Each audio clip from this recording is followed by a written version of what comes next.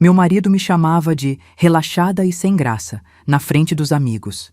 Resolvi relaxar mesmo. Fui ao salão, academia e médico. No aniversário dele, todos perguntaram: quem é essa mulher? Era eu, pedindo o divórcio. Meu nome é Beatriz Campos, tenho 38 anos e até 6 meses atrás eu era apenas a esposa do Eduardo. Sabe aquela pessoa que está na foto, mas ninguém realmente nota? Pois é, essa era eu. Professora de literatura numa escola municipal no subúrbio do Rio, cabelo sempre preso num rabo de cavalo mal feito e roupas que não combinavam entre si. Práticas, como eu costumava justificar. Eduardo e eu nos conhecemos na faculdade. Ele, estudante de engenharia na PUC, eu, bolsista de letras. Foi um daqueles romances de filme. O cara popular que se apaixona pela garota tímida. Pelo menos foi assim nos primeiros anos.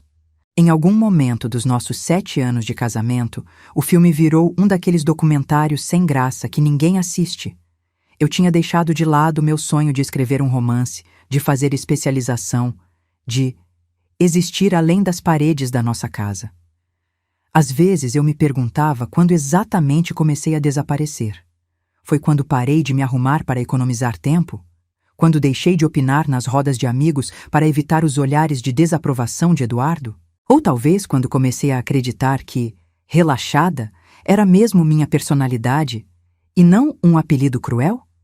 É engraçado como a gente pode passar anos vivendo uma mentira até que um dia, do nada, a verdade cai no seu colo como uma bomba prestes a explodir. Os churrascos de domingo na cobertura do Paulo em Copacabana eram praticamente sagrados. Eduardo adorava reunir a turma da faculdade.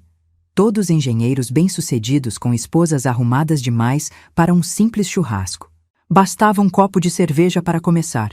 Gente, sabem por que me atrasei? A Bia estava procurando as chaves que estavam na mão dela o tempo todo. Ela é tão relaxada que um dia vai esquecer a própria cabeça. E todos riam, inclusive eu, fingindo que era só uma piada inofensiva. Amor, conta aquela vez que você foi dar aula de pijama. Essa era a deixa para Eduardo contar a história, completamente exagerada, de quando eu saí atrasada e esqueci de trocar a parte de baixo do pijama. Na verdade, era uma calça preta normal que parecia de pijama, mas na versão dele, eu tinha ido trabalhar de pantufa e tudo. Enquanto ele falava, eu observava Verônica, ex-mulher do Ricardo, com seu cabelo perfeitamente liso e unhas sempre impecáveis, sorrindo como quem diz: eu jamais seria assim. O pior foi na festa de aniversário da empresa dele. Eduardo estava recebendo um prêmio por um projeto e, no discurso, agradeceu a todos, inclusive a minha esposa Beatriz, que, mesmo sendo a pessoa mais desorganizada que conheço, sempre me apoiou. A mesa inteira riu. Engoli seco, sorri e bebi mais uma taça de vinho. Naquela noite, enquanto ele dirigia para casa tagarelando sobre seu sucesso, eu me perguntava se era possível morrer de humilhação e ninguém perceber. Mas o que eu podia fazer? Era só o jeito dele, não é? Pelo menos era o que eu tentava me convencer. Foi numa terça-feira comum. Eduardo tinha esquecido o celular em cima da mesa e a notificação piscou na minha frente. Mensagem de Paulo: essa prisão tem data para acabar? Eu não ia olhar, juro que não ia. Mas alguma coisa me fez desbloquear aquela tela. A conversa inteira estava lá. Casamento é uma prisão, cara, dizia Eduardo. A Bia se acomodou depois do sim, virou outra pessoa. Olha a Verônica, separada e mais gata que nunca, enquanto a Bia nem maquiagem usa mais. Sentei na cadeira da cozinha, aquela de palhinha que compramos na feira de antiguidades de São Cristóvão, e fiquei olhando para o nada. Não conseguia nem chorar. Era como se tivesse levado um soco no estômago. O que mais me chocou não foi descobrir o que ele realmente pensava. Acho que no fundo eu já sabia. Foi perceber que eu não discordava totalmente dele. Eu realmente tinha me perdido em algum lugar ao longo do caminho. A questão era: seria possível me encontrar de novo? Devolvi o celular exatamente onde estava e fui tomar um banho. Debaixo d'água quente, enquanto as lágrimas finalmente vinham, tive um pensamento estranho. E se eu realmente relaxasse? Não do jeito que ele pensa, mas relaxasse de tudo que me prende, inclusive dele? Não era raiva o que eu sentia, era curiosidade. Uma curiosidade perigosa sobre quem eu poderia ser se não fosse a Bia relaxada de Eduardo. E uma pergunta ainda mais perigosa: será que ele reconheceria essa mulher se a visse?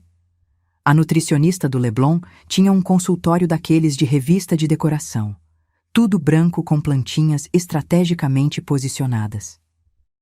Doutora Camila olhou meus exames com uma sobrancelha levantada.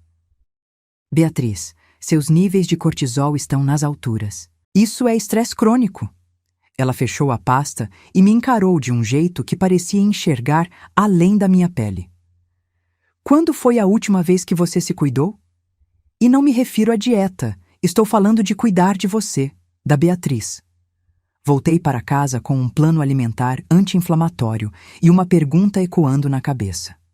Cortei açúcar, glúten, álcool, tudo que inflamava não só o corpo, mas a alma também. Na primeira semana foi um inferno, meu corpo implorava por um brigadeiro ou uma taça de vinho para anestesiar o que eu estava começando a sentir. Eduardo nem notou que eu não bebia mais nas refeições. Apenas comentou durante um jantar que eu estava chata ultimamente e perguntou se era TPM. Sorri e disse que estava apenas cansada. Em 3 semanas, perdi 4 quilos e minha pele começou a clarear. Você tá diferente, disse Marta, a professora de matemática na sala dos professores. Foi a primeira vez que alguém notou. O desafio maior veio no último domingo do mês. Feijoada na casa da minha sogra em Botafogo. Dona Célia, com seu jeito de quem sempre sabe o que é melhor para todos, encheu meu prato sem perguntar e franziu a testa quando recusei. Homem gosta de mulher que come, Beatriz. Essa história de dieta é bobagem. Eduardo riu e comentou: deixa ela, mãe. É só mais uma das fases dela. Semana que vem já passou. Se ele soubesse que a fase que estava passando era o nosso casamento. O despertador tocava às 5h15 todos os dias, um horário em que Eduardo ainda dormia como uma pedra. Márcia, minha personal trainer, tinha sido sargento do exército antes de se tornar professora de educação física. E isso explicava por que suas aulas pareciam treinamento militar. Mais 10, Beatriz. A dor é temporária, a satisfação é permanente. Ela gritava enquanto eu suava na esteira da academia 24 horas, perto de casa. Com o dinheiro que guardava das compras do mês, sim, eu sempre dizia que as coisas estavam mais caras, paguei um pacote trimestral. Nas primeiras semanas, meu corpo doía em lugares que eu nem sabia que existiam. Mas havia algo libertador em sentir essas dores. Eram minhas, só minhas, não pertenciam a ninguém mais. Quando Eduardo perguntou sobre minhas olheiras mais profundas, inventei uma história sobre reuniões pedagógicas extras e problemas com alunos. Ele aceitou sem questionar muito. Meu trabalho nunca foi um assunto que realmente o interessasse. Na 3ª semana, consegui correr 3 quilômetros sem parar e chorei de emoção no vestiário. Não eram só músculos que eu estava construindo ali. Seu corpo está respondendo super bem, disse Márcia no final do mês, mostrando as medidas que tinha anotado. Mas noto que você sempre olha para o chão quando fala. Vamos trabalhar nisso também? E me ensinou a andar com as costas retas, ombros para trás, queixo paralelo ao chão. Postura de rainha, ela chamava. Em casa, eu voltava a me curvar automaticamente, como se meu corpo entendesse que ainda não era hora de mostrar a transformação. Mas no espelho do banheiro, quando estava sozinha, eu praticava aquele olhar direto, desafiador, que nunca tinha usado com Eduardo. Um dia pensei, um dia vou usar. Você está fazendo o movimento errado, disse uma voz ao meu lado enquanto eu lutava com os pesos na academia. Me virei e vi uma mulher de uns 40 anos, cabelo cacheado preso no alto da cabeça, roupa de ginástica cara demais para meu orçamento. Sou Juliana. Ela se apresentou, ajustando minha postura. Advogada durante o dia, viciada em endorfina nas horas vagas. Acabamos tomando café depois do treino. Meu primeiro café descafeinado com uma amiga em anos. Descobri que Juliana era especialista em direito familiar e tinha se divorciado há 2 anos, depois que o marido a traiu com a secretária. Clássico, né? Mas pelo menos fiquei com o apartamento e a dignidade. Nossa amizade cresceu rápido demais para 2 mulheres adultas. Talvez porque estivéssemos igualmente quebradas, só que em fases diferentes do concerto. Juliana me ouvia sem julgar, diferente das minhas colegas da escola que sempre diziam coisas como "mas o Eduardo é tão bonito e bem-sucedido" quando eu ensaiava alguma reclamação. Com ela, comecei a entender que não estava louca por me sentir diminuída com as brincadeiras de Eduardo. "Isso tem nome, Bia", ela disse um dia. "Chama-se abuso psicológico." A palavra abuso me assustou. Soava forte demais. Mas, ao mesmo tempo, encaixava como uma peça que faltava no quebra-cabeça. O primeiro sinal de que Eduardo notava mudanças veio quando ele encontrou um recibo de tratamento de pele na minha bolsa. "O que é isso? R$ 300 num peeling? Que diabos é um peeling?" Meu coração disparou, mas consegui manter a voz calma.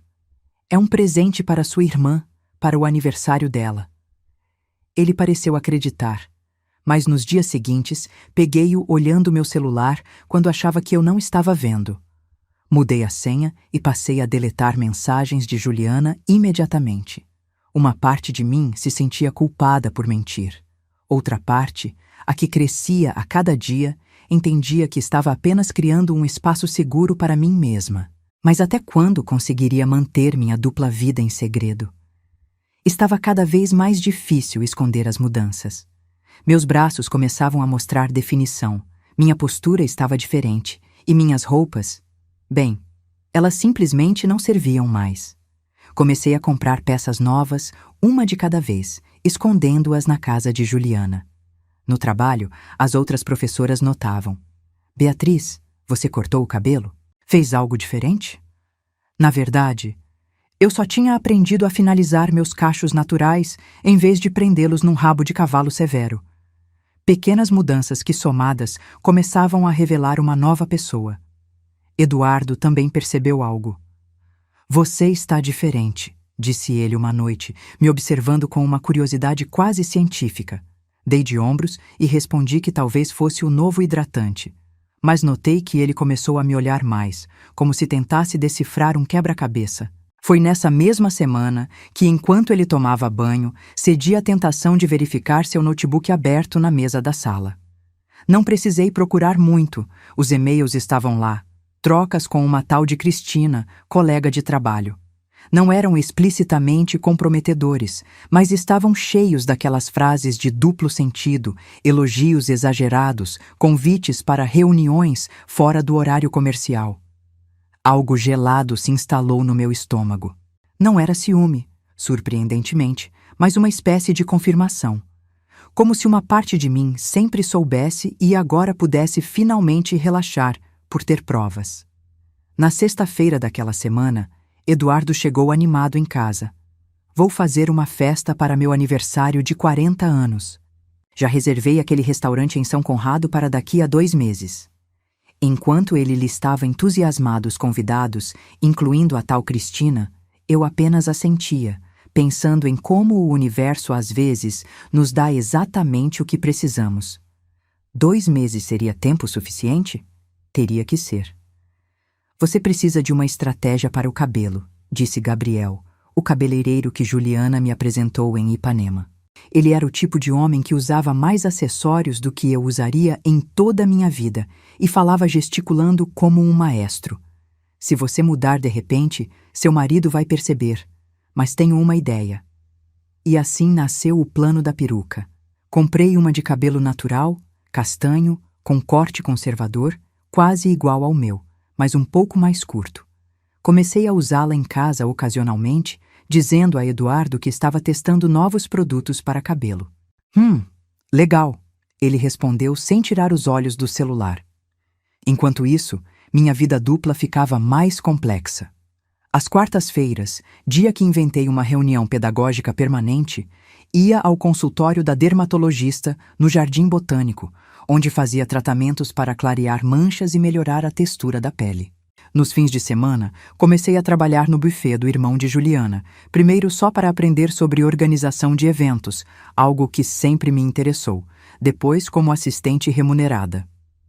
O dinheiro ia direto para uma conta que Juliana me ajudou a abrir. Meu pequeno fundo de liberdade. A sensação de ter segredos era estranhamente viciante. Pela primeira vez em anos, eu tinha partes de mim que pertenciam só a mim. Em casa, continuava sendo a Bia previsível, só um pouco mais distraída, como Eduardo reclamava. Fora, eu experimentava versões diferentes de mim mesma. Quando Juliana sugeriu que eu começasse a escrever um diário, me surpreendi com o que saía da minha caneta. Não eram lamentações de uma esposa triste, mas reflexões de uma mulher acordando de um longo sono. "Quem é você sem ele?" Juliana perguntou um dia. Respondi sem pensar duas vezes. "Estou prestes a descobrir. E acho que vou gostar dela." A bomba explodiu uma semana antes da festa. Estava organizando o escritório. Uma das minhas novas terapias era colocar ordem no caos externo para acalmar o interno, quando encontrei uma pasta com documentos de Eduardo. Entre contratos e declarações de imposto de renda, havia um contrato de aluguel de um flat na Barra da Tijuca no nome dele. Um flat que eu nunca soube que existia.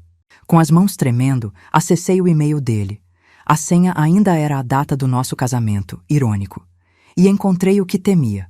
Fotos trocadas com Cristina, não apenas insinuações, mas imagens explícitas e confirmações de encontros no tal flat. Liguei para Juliana com o coração na garganta. Uma hora depois, estávamos no escritório do Dr. Ricardo, advogado indicado por ela. "Com essas provas, garantimos uma partilha favorável a você." Ele explicou, mostrando como eu tinha direito à parte do apartamento que compramos juntos, mesmo estando no nome de Eduardo. Assinei os papéis de procuração e iniciei o processo, que ficaria pronto em exatos 7 dias, a tempo para o aniversário.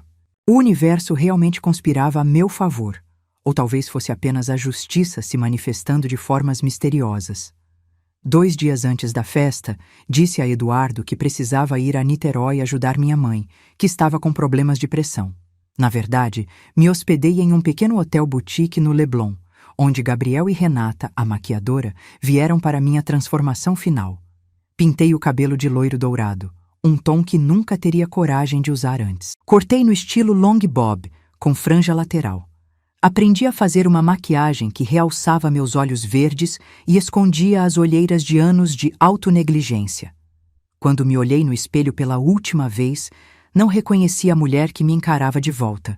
E esse era exatamente o ponto. Na manhã da festa, enquanto escolhia o vestido vermelho que havia comprado secretamente, recebi uma mensagem de Eduardo. "Que horas você volta? Não vai se atrasar para a festa, né?" Respondi simplesmente: "Não se preocupe, estarei lá na hora certa." Juliana não era o tipo de pessoa que você esperaria encontrar às 6 da manhã numa academia de bairro. Com seus blazers impecáveis e sapatos de salto que faziam um barulho característico nos corredores do fórum, ela parecia saída de uma série americana sobre advogadas poderosas. Mas ali estava ela, suada e sem maquiagem, me ensinando a posição correta de fazer agachamento. 2 anos atrás eu estava igual a você, me contou enquanto esticávamos após o treino. Achando que o mundo tinha acabado porque meu marido estava transando com a secretária no sofá que eu escolhi. O que mais me impressionava em Juliana não era sua resiliência, mas como ela falava abertamente sobre sua dor sem soar como vítima. Passei 6 meses chorando e comendo chocolate. Depois percebi que a única prejudicada era eu mesma, disse enquanto tomávamos açaí. Sem xarope, sem granola, doutora Camila ficaria orgulhosa.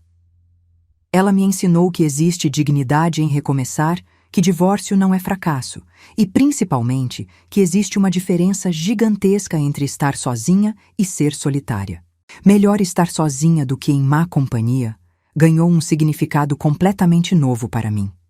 "Você sabe que vai ter que confrontá-lo em algum momento, né?" perguntou Juliana enquanto me ajudava a escolher o vestido para a festa. Eu sabia, mas sempre mudava de assunto quando chegávamos nesse ponto. Parte de mim ainda esperava que Eduardo notasse as mudanças, pedisse desculpas, implorasse uma segunda chance antes que fosse tarde demais. Mas Juliana, com sua experiência de trincheira, sabia melhor. Homens como eles só enxergam o que perderam quando já não têm mais. Ela ajustou o vestido vermelho no meu corpo, agora 8 quilos mais leve, e sorriu com um misto de orgulho e cumplicidade. Você está pronta, Beatriz. A questão é, ele está? Dona Célia, minha sogra, morava num apartamento em Botafogo decorado como se o tempo tivesse parado nos anos 80. Muita madeira escura, cristais e porta-retratos de prata. Todo primeiro domingo do mês éramos obrigados, sim, essa é a palavra, a almoçar lá, sempre com a mesma feijoada que deixava Eduardo morgando pelo resto do dia. Beatriz, você está muito magrinha. Come direito, menina. Ela repetia enquanto colocava mais arroz no meu prato sem pedir licença. Seu marido, Dr. Augusto, raramente falava, escondido atrás do jornal impresso que ainda assinava por teimosia. Era fácil entender de onde vinha o comportamento de Eduardo. Dr. Augusto tratava Dona Célia com a mesma condescendência que Eduardo me tratava, como se ela fosse uma criança não muito brilhante que precisava ser guiada. O impressionante é que minha sogra parecia não apenas aceitar, mas valorizar esse tratamento. Meu marido é um homem tão inteligente, ela dizia com orgulho quando ele corrigia alguma informação que ela dava, geralmente de forma ríspida. Nas raras vezes que tentei defender minha sogra, recebi olhares de advertência de Eduardo. Não se mete. A única aliada naquela família era Amanda, irmã mais nova de Eduardo. Formada em psicologia e morando em São Paulo, ela aparecia raramente, mas quando vinha, trazia um sopro de ar fresco. Meu irmão sempre foi um babaca mimado, ela me disse uma vez, quando fumávamos escondidas na varanda durante uma das intermináveis reuniões familiares. Você merece mais, Bia. Na época, defendi Eduardo automaticamente, como se defender o casamento fosse minha obrigação. Amanda apenas deu de ombros e mudou de assunto. Agora, olhando para trás, percebo que ela estava me jogando uma boia salva-vidas que eu, na época, não soube agarrar. Paulo e Mariana eram o casal âncora do nosso círculo social. Donos da cobertura em Copacabana, onde aconteciam os famosos churrascos, eles pareciam saídos de um catálogo. Ele, sócio de Eduardo na empresa de engenharia. Ela, dermatologista com clínica própria na Barra. Seus 2 filhos gêmeos estudavam em colégio bilíngue caríssimo e praticavam vela nos fins de semana. A Bia é professora numa escola municipal, super dedicada, dizia Eduardo com um tom que pretendia ser de admiração, mas sempre soava como quem diz, ela trabalha num lugar pobrezinho, coitada. Paulo era o pior tipo de amigo para um homem casado, aquele que age como se ainda estivesse na faculdade. Os meninos precisam de uma noite só deles, dizia Mariana, justificando as saídas cada vez mais frequentes dos dois. Ela tinha aquela falsa solidariedade de quem te convida para um café só para ter alguém com quem reclamar da empregada. Nunca me perguntou sobre meu trabalho, meus alunos, meus interesses. Sempre assumiu que, como professora de escola pública, eu não teria nada interessante para compartilhar com uma dermatologista dos famosos. Verônica era o elemento mais recente do grupo e o mais perturbador. Ex-mulher de Ricardo, outro amigo da faculdade, ela havia se divorciado há 1 ano e, desde então, parecia ter passado por uma transformação digna de reality show. Cabelo loiro platinado, preenchimento labial, peitos novos, o pacote completo. Seu Instagram era uma sucessão de fotos em restaurantes caros e academias de elite, sempre com legendas motivacionais sobre renascimento e melhor fase. O problema não era sua mudança em si, mas como os olhos de Eduardo a seguiam durante os churrascos e como ele sempre dava um jeito de sentar perto dela. Agora entendo que talvez ela tenha sido, sem saber, minha primeira inspiração. Doutora Camila não era apenas nutricionista, era uma espécie de filósofa da alimentação. Em seu consultório minimalista no Leblon, com difusor de óleos essenciais sempre ligado, ela me ensinou que comida é mais que nutrição, é relacionamento. O que você coloca no prato diz muito sobre como você se enxerga, explicou quando mostrei meu diário alimentar repleto de restos do almoço do Eduardo e sanduíche rápido entre aulas. Ela foi a primeira a me perguntar: "O que você realmente gosta de comer, Beatriz?" E eu percebi que não sabia responder. Márcia, a personal trainer ex-militar, tinha uma abordagem completamente diferente. Para ela, o corpo era um campo de batalha e cada treino uma pequena guerra a ser vencida. "Não estamos só transformando seu corpo, estamos reconstruindo sua fortaleza", dizia, enquanto me fazia levantar pesos que eu jurava serem impossíveis. Foi ela quem notou, depois de algumas semanas, que eu sempre desviava o olhar quando recebia um elogio. Postura de rainha, Beatriz. Ombros para trás, queixo para cima, olhar direto. Não é só exercício, é atitude. E me fez praticar recebendo elogios no espelho até que eu pudesse dizer obrigada, sem corar ou olhar para o chão. Gabriel, o cabeleireiro flamboyante de Ipanema, e Renata, a maquiadora que trabalhava com editoriais de moda, formavam a dupla que completou minha transformação externa. Mas eles fizeram muito mais que mudar minha aparência. "Cabelo é poder, querida", filosofava Gabriel enquanto experimentávamos diferentes perucas para o plano. "Quando uma mulher muda o cabelo, ela está pronta para mudar de vida." Já Renata tinha uma abordagem mais técnica. "Seu rosto tem um formato oval perfeito que pode usar qualquer tipo de maquiagem. O problema é que você sempre se escondeu." Nas vésperas da festa, quando me olhei no espelho após horas nas mãos deles, não reconheci a mulher que me olhava de volta. E essa sensação, descobri, era absolutamente libertadora. A coisa mais estranha sobre mudança é que você não percebe enquanto está acontecendo. É como assistir o ponteiro dos minutos. Parece imóvel se você ficar olhando, mas desvie o olhar por um tempo e ele avançou. Um dia, estava corrigindo redações dos meus alunos do 9º ano e percebi que havia terminado 2 horas antes do meu tempo habitual. Não porque estava fazendo de qualquer jeito, mas porque conseguia me concentrar melhor, tomar decisões mais rápido, confiar nos meus julgamentos. Foi Marta, minha colega de matemática, quem verbalizou o que eu ainda não tinha coragem de admitir. "Bia, você está imponente." Estávamos na sala dos professores e eu tinha acabado de defender minha proposta de levar os alunos ao teatro contra a opinião do diretor. "Nunca te vi rebater o Sérgio desse jeito." Ela tinha razão. Antes, eu teria desistido ao primeiro sinal de oposição, me desculpado por sugerir algo impraticável. Agora, eu apresentava argumentos, mantinha minha posição, não me diminuía. Em algum momento, a voz de Eduardo na minha cabeça, "Para de sonhar, Bia, seja realista", tinha perdido o volume. As pequenas vitórias começaram a se acumular. Consegui finalmente abrir uma gaveta só para mim, no criado mudo. Antes, Eduardo ocupava as 2 com seus livros e bugigangas. Voltei a ler por prazer. Não só os livros que precisava para dar aula. Redescobri o gosto por morangos, que Eduardo detestava e por isso nunca comprávamos. E, o mais significativo, comecei a escrever. Não era exatamente o romance que sempre sonhei, mas um diário que, sem perceber, estava se transformando em algo mais. Todas as noites, enquanto Eduardo roncava, eu escrevia sobre uma mulher que estava aprendendo a se reencontrar. Talvez fosse apenas ficção, ou talvez fosse o rascunho da minha nova vida. Nem tudo foram flores no meu processo de metamorfose. Havia dias em que o medo me paralisava. E se eu estivesse jogando fora um casamento que poderia ser consertado? E se, no fundo, Eduardo me amasse, mas simplesmente não soubesse demonstrar?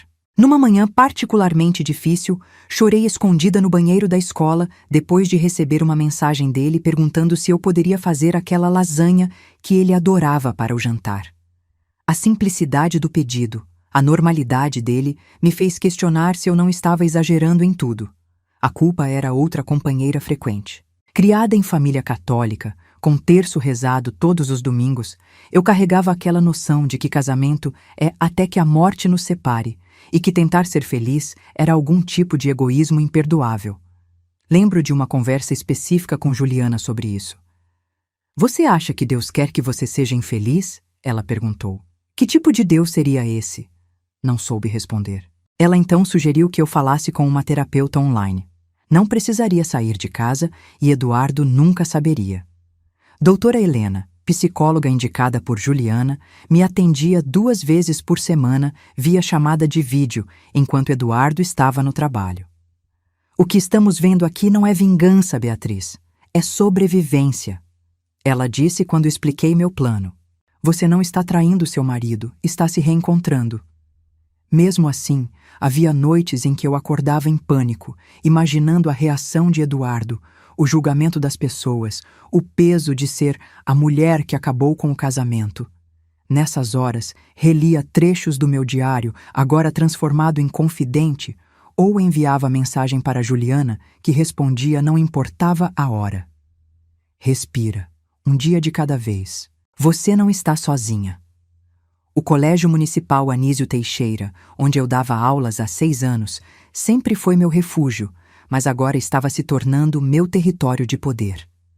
Comecei a falar mais nas reuniões pedagógicas, a propor projetos que antes guardava só para mim, com medo de rejeição.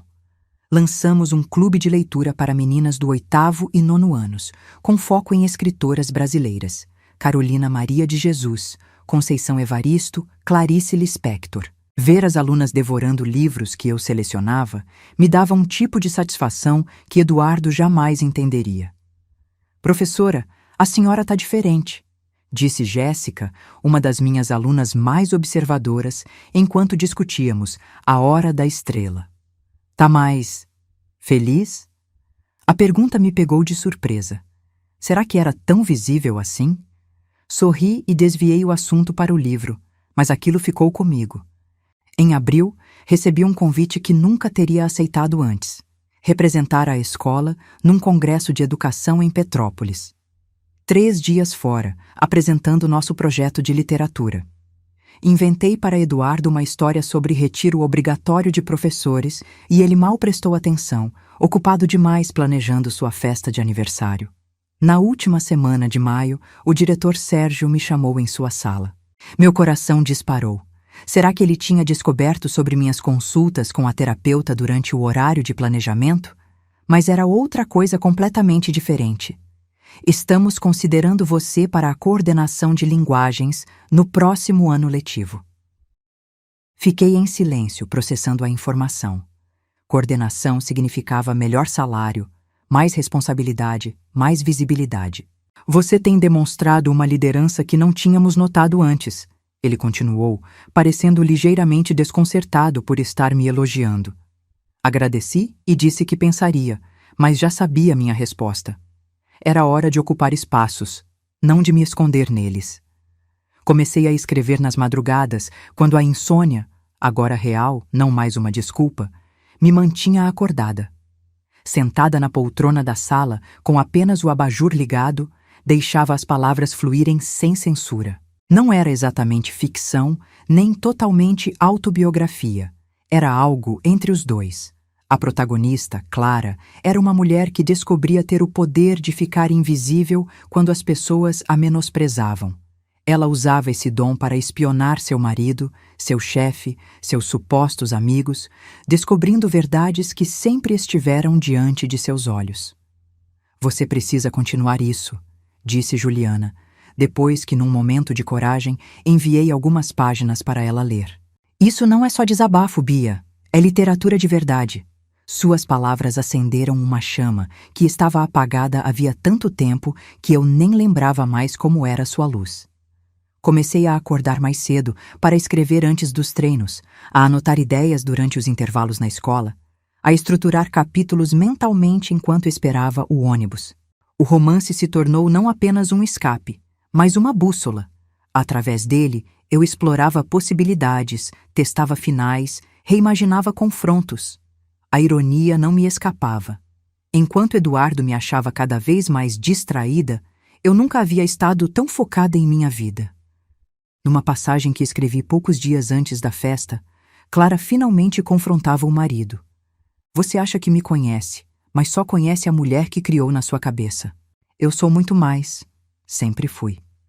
Rele esse trecho dezenas de vezes, ensaiando mentalmente. Será que teria coragem de dizer algo assim na vida real?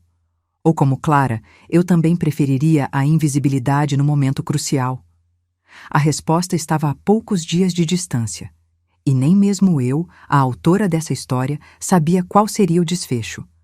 O quarto 712 do Hotel Arpoador Inn se tornaria meu quartel-general de transformação. Não era um hotel de luxo, não podia arriscar que algum conhecido de Eduardo me visse, mas tinha vista para o mar e uma equipe discreta que não fazia perguntas. Gabriel chegou pontualmente às 14 horas, carregando 2 malas enormes com equipamentos, seguido por Renata, a maquiadora, cujo rosto de anjo escondia uma precisão cirúrgica com pincéis. Hoje é o dia da metamorfose completa, anunciou Gabriel, abrindo as cortinas para que a luz natural inundasse o quarto. Quando terminarmos, até sua mãe vai perguntar quem é você. O processo começou com o cabelo. 3 horas de transformação do meu castanho sem graça para um loiro dourado que parecia iluminar meu rosto de dentro para fora. Enquanto Gabriel trabalhava sua mágica com tinturas e mechas, Renata preparava minha pele com tratamentos que eu nem sabia que existiam. Base é como um relacionamento, ela filosofou, aplicando camadas de produtos. Se a fundação não for sólida, tudo desmorona na primeira crise. Eu estava nervosa demais para rir das analogias, mas agradecida pela distração. A cada meia hora meu celular vibrava, Eduardo perguntando quando eu voltaria, se não esqueceria da festa, se a emergência da minha mãe tinha sido resolvida. No final da tarde, quando me olhei no espelho, tive que segurar na beirada da pia para não cair. A mulher refletida era eu, mas ao mesmo tempo, não era. O cabelo loiro em corte long bob emoldurava um rosto que tinha perdido a flacidez e ganhado maçãs rosadas. Os olhos verdes, antes escondidos atrás de olheiras, agora dominavam a composição. Este é seu verdadeiro eu, disse Gabriel, claramente orgulhoso de sua obra-prima. A questão é, você está pronta para que todos o vejam? Respirei fundo, sentindo o vestido vermelho. Um modelo que jamais teria coragem de usar antes, abraçar meu novo corpo. Pronta ou não, respondi. Não há mais volta.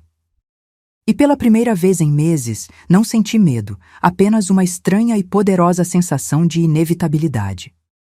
O restaurante em São Conrado era um daqueles lugares modernosos, com fachada discreta e interior minimalista chique, exatamente o tipo de ambiente que Eduardo adorava para impressionar os amigos. Cheguei de Uber 20 minutos após o horário marcado, propositalmente. Através das janelas de vidro, podia ver a festa já animada lá dentro. Garçons circulando com bandejas de canapés, a banda de jazz ao vivo no canto, mesas redondas com arranjos baixos de flores. Eduardo detestava decorações que atrapalhassem a visão. E lá estava ele, no centro de tudo, copo de uísque na mão, aquele sorriso que ele reservava para plateias. Do lado de fora, parada na calçada, eu me permiti um momento de nostalgia. 7 anos de casamento desfilaram diante dos meus olhos como um filme estranho. Houve momentos bons, não posso negar. O Eduardo que me trazia café na cama quando eu estava doente. O Eduardo que se emocionou quando leu meu conto publicado numa revista pequena de literatura. Onde aquele homem tinha ido parar? Ou talvez ele nunca tivesse realmente existido, apenas projetado por mim como o marido que eu queria que ele fosse. Senhora, vai entrar? Perguntou o manobrista, interrompendo meus pensamentos.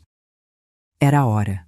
No banheiro feminino do restaurante, dei os últimos retoques na maquiagem e ensaiei mais uma vez o que diria. Minhas mãos tremiam ligeiramente, mas minha resolução estava firme. O envelope dourado na minha bolsa, contendo fotos, conversas impressas e os papéis do divórcio, pesava como chumbo. Foi então que a porta se abriu e Cristina entrou. Ela não me reconheceu, claro. Para ela, eu era apenas uma desconhecida retocando o batom. Observei-a pelo espelho, mais jovem que eu, cabelo escuro perfeitamente liso, vestido justo demais para o ambiente. Ela sorriu para seu próprio reflexo, ajustou os seios no decote e saiu, deixando um rastro de perfume caro. Tão previsível, pensei, e de repente toda a ansiedade desapareceu. Era a hora do grande final. Escolhi minha entrada com precisão cirúrgica, exatamente quando o garçom anunciou que o jantar seria servido e todos estavam se dirigindo às mesas designadas. A porta principal do salão tinha uma pequena escadaria de 3 degraus que descia para o ambiente. Um palco perfeito. Quando pisei no primeiro degrau, uma mulher próxima à entrada parou sua conversa no meio da frase. No segundo degrau, sua amiga virou para ver o que havia interrompido o papo. No terceiro, um pequeno efeito dominó de silêncio começou a se espalhar pelo salão. Não procurei imediatamente por Eduardo. Isso pareceria ansioso demais. Em vez disso, caminhei lentamente entre as mesas, como se procurasse meu lugar, sentindo os olhares que me seguiam. Ouvi claramente Paulo, o melhor amigo de Eduardo, assobiar baixinho e comentar: "Quem é essa?" Então, finalmente, permiti que meus olhos encontrassem meu marido. Ele estava de pé perto do bar, segurando uma taça de champanhe, olhando em minha direção com aquela expressão que reservava para mulheres que considerava fora de seu alcance, um misto de desejo e cálculo. Ao seu lado, Cristina parecia tensa, uma mão possessivamente apoiada no braço dele. O momento exato em que Eduardo me reconheceu ficará para sempre gravado na minha memória. Primeiro veio a confusão, as sobrancelhas juntas, a cabeça ligeiramente inclinada. Depois, a compreensão lenta, como ondas quebrando, os olhos se arregalando, a boca se abrindo em um pequeno "o", a taça quase escorregando de seus dedos. "Bia", ele sussurrou, alto o suficiente para que eu lesse seus lábios através do salão. Sorri. Não o sorriso educado e contido que ele conhecia, mas um sorriso novo, que pertencia apenas à nova Beatriz. Continuei andando em sua direção, sentindo uma força que nunca havia experimentado antes.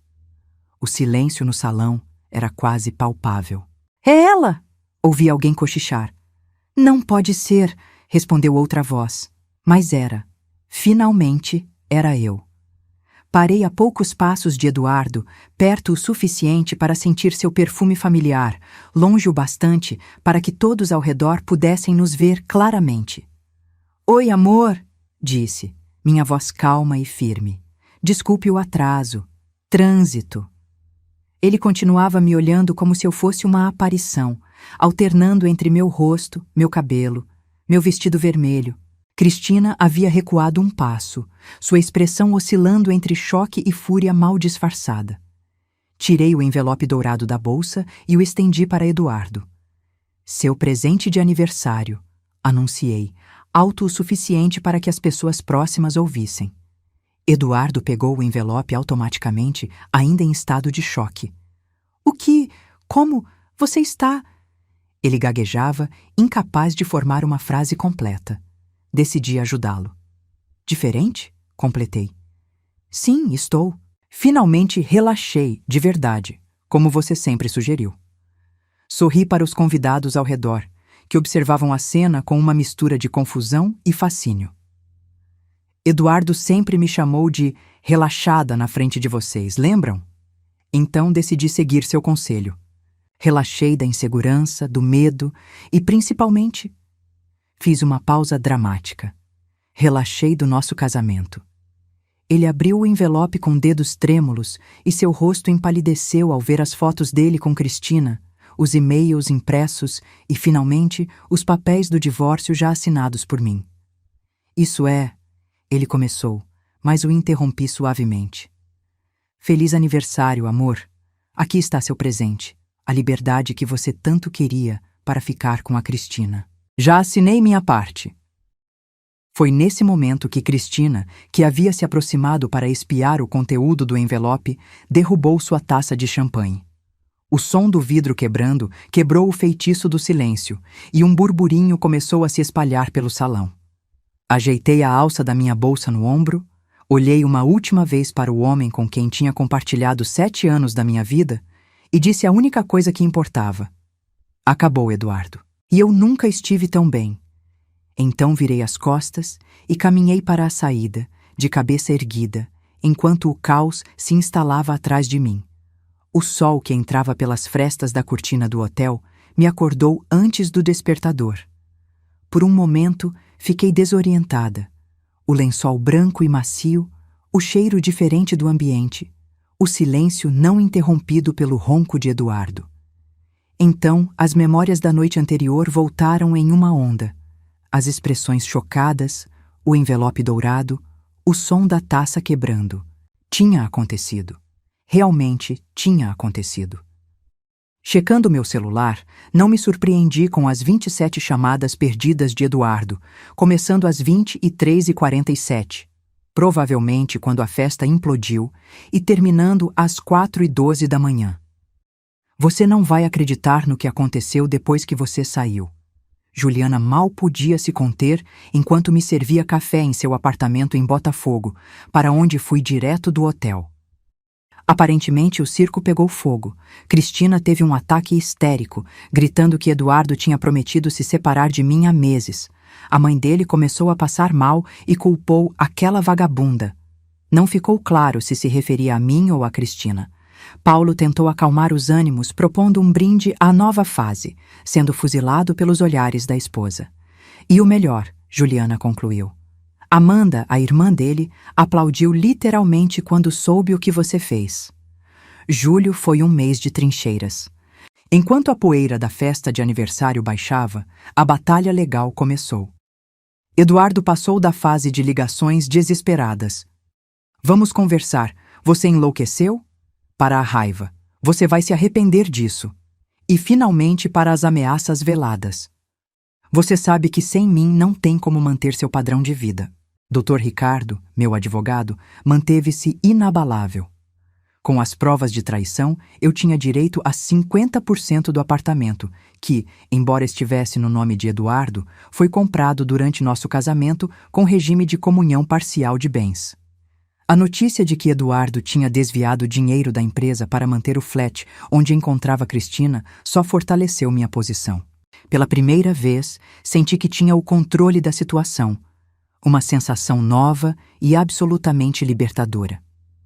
Outubro trouxe ventos de mudança, literalmente. Um ciclone atingiu o Rio, causando estragos e alagamentos. Em meio ao caos climático, finalmente consegui fechar o contrato de aluguel de um pequeno apartamento em Laranjeiras, perto da estação de metrô. Era um lugar modesto comparado ao apartamento que dividia com Eduardo, mas tinha uma varanda ensolarada onde coloquei vasos de manjericão e alecrim. Sempre quis ter uma hortinha, mas Eduardo era alérgico a qualquer tipo de planta. Pintei as paredes de verde-água, pendurei quadros que estavam encaixotados havia anos, espalhei almofadas coloridas pelo sofá. Meu pequeno refúgio tinha minha cara, só minha. Com o acordo de divórcio finalmente assinado, consegui metade do valor do apartamento. Graças à persistência do Dr. Ricardo, pude reorganizar minha vida financeira. O salário da escola municipal não era muito, mas as aulas particulares de redação e literatura que comecei a dar nas tardes de terça e quinta garantiam uma renda extra confortável. Surpreendentemente, a maioria dos meus alunos particulares veio de indicações de Mariana, que, após nossos cafés semanais, tinha se tornado uma espécie inesperada de amiga. Meus amigos estão desesperados com a redação do Enem dos filhos, ela explicou, enquanto me passava contatos de mães do Leblon e Ipanema. A vida na escola também mudou drasticamente. Aceitei o cargo de coordenação que Sérgio havia oferecido, o que significava não apenas um aumento de salário, mas um novo nível de respeito profissional. Você tem uma clareza de ideias que nos faltava, ele admitiu durante uma reunião pedagógica onde apresentei meu plano para um festival literário envolvendo escolas municipais de toda a Zona Sul. O clube de leitura para meninas cresceu tanto que precisamos abrir uma segunda turma, e uma editora pequena se interessou em publicar uma antologia dos textos produzidos pelas alunas. Era como se, liberta do papel de esposa relaxada, eu finalmente pudesse ocupar plenamente meu espaço como educadora, como mentora, como a professora que sempre sonhei ser. As notícias sobre Eduardo chegavam até mim em fragmentos, através de conhecidos comuns ou comentários ocasionais de Amanda, sua irmã, que passou a me visitar sempre que vinha ao Rio. Aparentemente, o escândalo da festa de aniversário teve consequências devastadoras para sua imagem cuidadosamente construída. Paulo realmente o afastou da sociedade, exigindo uma auditoria completa nas contas da empresa. Vários amigos cortaram relações, especialmente depois que surgiram rumores de que Cristina não tinha sido a única amante. Uma ex-estagiária também teria se envolvido com ele no ano anterior. Ele está morando com a mamãe, contou Amanda durante um almoço em outubro, com um misto de irritação e pena na voz. Vendeu o apartamento para pagar a parte que te devia e cobrir algumas dívidas que ninguém sabia que existiam. A imagem de Eduardo, aos 40 anos, voltando para o quarto de infância na casa de Dona Célia em Botafogo, tinha algo de tragicômico. Cristina sumiu do mapa assim que o dinheiro acabou. Amanda continuou, revirando os olhos. Quem diria, né? Assenti, sentindo uma estranha ausência de satisfação. Não era a vingança que eu queria, percebi. Era simplesmente justiça. E seguir em frente. Não esperava vê-lo tão cedo. Por isso, o encontro na porta da escola me pegou completamente desprevenida. Estava saindo após uma reunião quando o vi encostado no portão, quase irreconhecível. Magro demais, cabelo cortado rente, olheiras profundas. Meu primeiro instinto foi procurar uma saída alternativa, mas ele já tinha me visto. Bia, ele chamou, usando o apelido que agora soava estranho aos meus ouvidos. Só 5 minutos, por favor. Algo na sua voz, a ausência da antiga arrogância, talvez, me fez parar. Estou mudando, ele disse, as palavras saindo apressadas, como se temesse que eu fosse embora antes que ele terminasse. Por você, para mostrar que posso ser melhor. Estudei seu rosto por um momento, notando as rugas novas ao redor dos olhos, o jeito como ele agora parecia menor, menos imponente. A verdade me atingiu com uma clareza surpreendente. Não era mais ele quem tinha poder sobre como eu me sentia. Eduardo, respondi calmamente. Você ainda não entendeu. Não mudei por você ou para você. Mudei por mim. Vi a compreensão lenta se formar em seus olhos, seguida por algo que parecia respeito genuíno, talvez pela primeira vez. Enquanto ele se afastava, cabisbaixo, uma sensação estranha me invadiu. Não era pena, nem ressentimento, nem mesmo indiferença. Era uma espécie de compaixão distante, como se observasse um personagem secundário numa história que já não era mais sobre ele. E então a pergunta surgiu, inesperada. Seria possível reconstruir algo sobre novas bases depois de tanta dor? Ou algumas pontes, uma vez queimadas, devem permanecer em cinzas? O romance que começara como um diário terapêutico ganhou corpo e estrutura. Todas as manhãs, antes de ir para a escola, eu dedicava 1 hora à escrita. A história de Clara, a mulher que podia ficar invisível, evoluiu para algo mais complexo. Não era mais sobre vingança ou escape, mas sobre autodescoberta e coragem. Numa tarde de novembro, recebi um e-mail que fez meu coração disparar.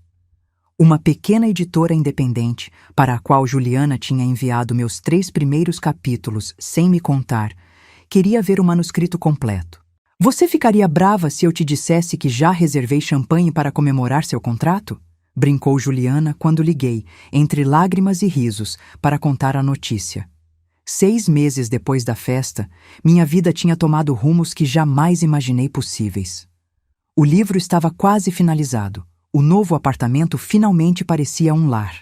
E a proposta para criar um curso de escrita criativa para professores da rede municipal tinha sido aprovada pela Secretaria de Educação. Numa tarde de domingo, sentada na minha varanda com uma xícara de chá, sim, chá, não café, mais uma pequena mudança que fiz por mim mesma, recebi uma mensagem de um número desconhecido. Você inspirou mais pessoas do que imagina. Obrigada por mostrar que é possível recomeçar. Mariana. Sorri para a tela pensando em como a vida dá voltas. A mulher que eu invejava por sua perfeição agora buscava em mim inspiração para sua própria libertação. Naquela noite, acrescentei um novo final ao meu romance. Clara, minha protagonista, não escolhia nem ficar com o ex-marido arrependido, nem com o novo pretendente que surgira em sua vida.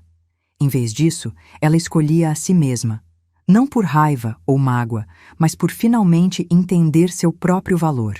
Enquanto digitava as últimas frases, percebi que não estava apenas escrevendo ficção, mas declarando minha própria verdade.